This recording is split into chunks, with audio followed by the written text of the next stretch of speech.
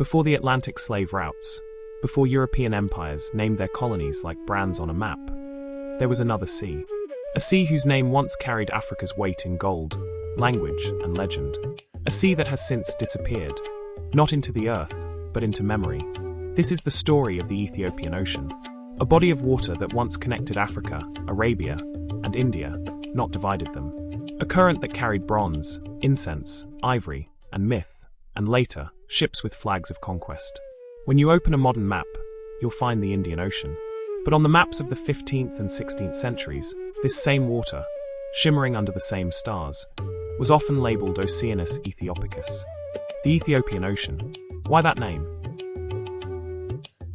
Because to the ancients, Ethiopia didn't just mean one nation. It meant the lands of the dark-skinned peoples to the south, a vast, radiant, and sacred geography that stretched from Nubia to the far Indian shores.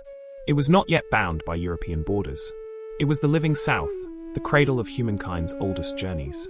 In the Bronze Age, long before Greek philosophy, before Roman law, sailors from the Horn of Africa and Yemen carved paths across monsoon winds.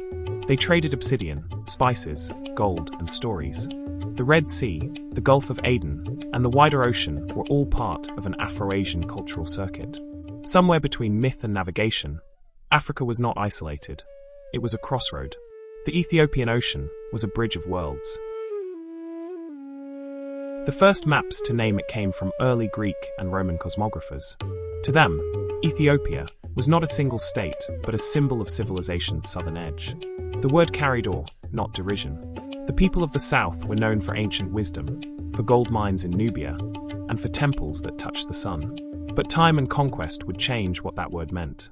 And the sea it described would fade into colonial cartography like a dream rewritten. When the Renaissance dawned in Europe, mapmakers became historians. And history, in their hands, was no longer a story, it became property. Lines became borders, names became claims. And so the Ethiopian Ocean, once a poetic acknowledgement of Africa's maritime heart, became renamed the Indian Ocean, a linguistic act of possession. But behind this simple change was a century of reorientation. Portugal and Spain, under papal blessing, redrew the map of the world. They sailed around Africa, not to understand it, but to outflank it. To reach Asia without passing through the Arab and African empires that had dominated the trade in gold, frankincense, and knowledge. The Portuguese navigators, like Vasco da Gama, followed maps built upon Arabic, Indian, and African maritime science. Yet in their royal archives, the names were replaced. Kilwa became Sofala, Zanj became the Swahili coast.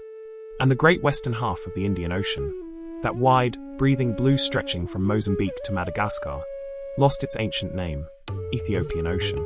Why does a name matter? Because names hold memory. When the Ethiopian Ocean vanished from the maps, so too did the acknowledgement of Africa as a center of navigation, exchange, and civilization. The world began to be seen through European eyes. North at the top, Africa below. The story of maps became the story of power.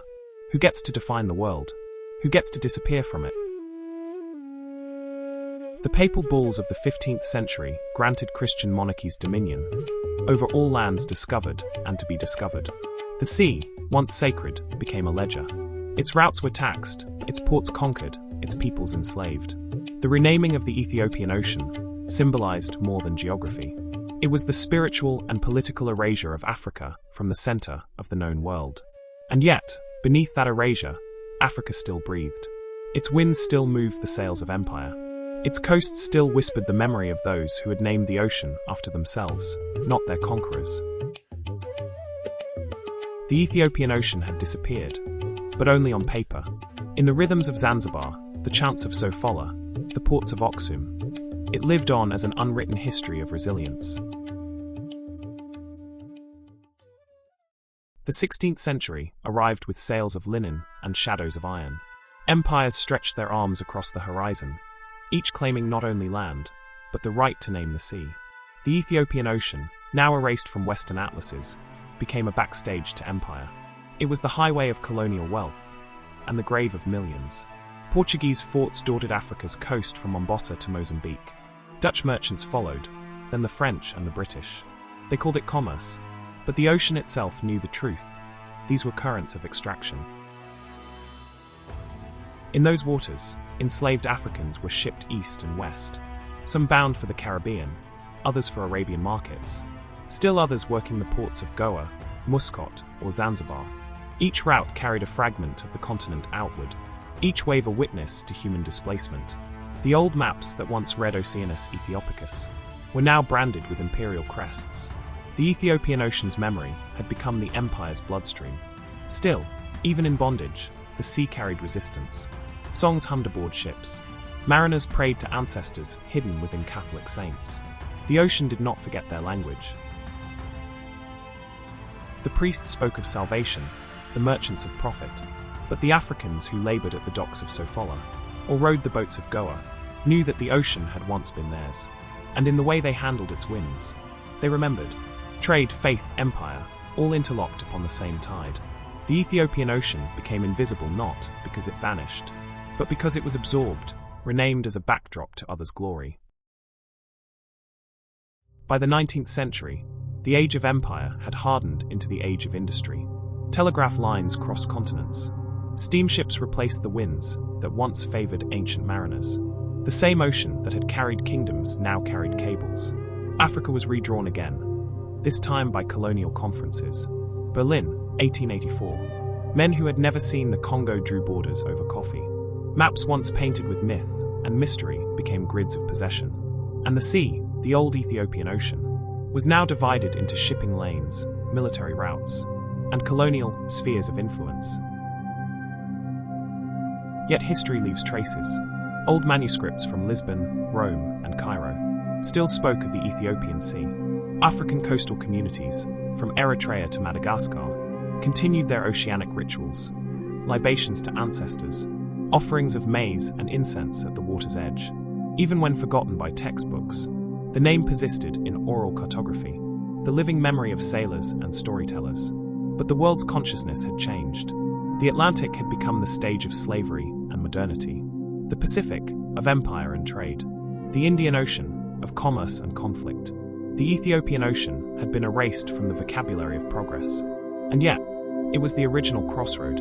It was where the human story first touched both Asia and Africa, where spices, genes, and gods exchanged places. To forget its name was to forget the map's southern soul. The disappearance of the Ethiopian Ocean was not a single event. It was a centuries-long quieting, a vanishing through language, economy, and imagination. But you cannot erase a current. It always returns. Today, on the coasts of East Africa, ships still glide over the same waters once called Ethiopian. Ports like Mombasa, Djibouti, Dar es Salaam hum with new purpose.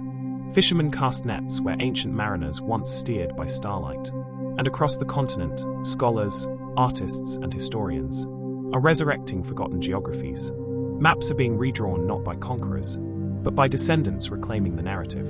The word Ethiopian is no longer confined to one nation. It's returning to its older meaning, the people of the sun, the south, the source. In universities, the concept of the Ethiopian Ocean has become a metaphor for unity, for the deep, pre-colonial connectivity between Africa and Asia. It's a reminder that Africa has always looked outward, that its civilizations were not isolated, but interwoven. Cultural revivalists in Ethiopia, Kenya, and Somalia speak of the Sea of Origins. Musicians blend Indian Ocean rhythms with African percussion, reawakening the harmonies that once guided sailors across monsoon routes. The ocean breathes again in poetry, in cartography, in consciousness.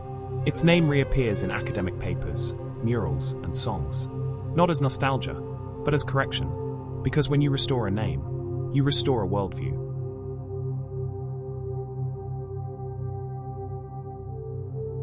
The disappearance of the Ethiopian Ocean was never about water.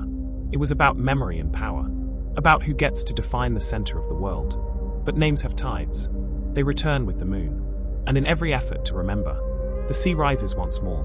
So tonight, if you listen closely, to the wind, to the faint hum of the tides, you might hear the old name again. Ethiopian Ocean, a sea that was never lost, only waiting to be spoken aloud.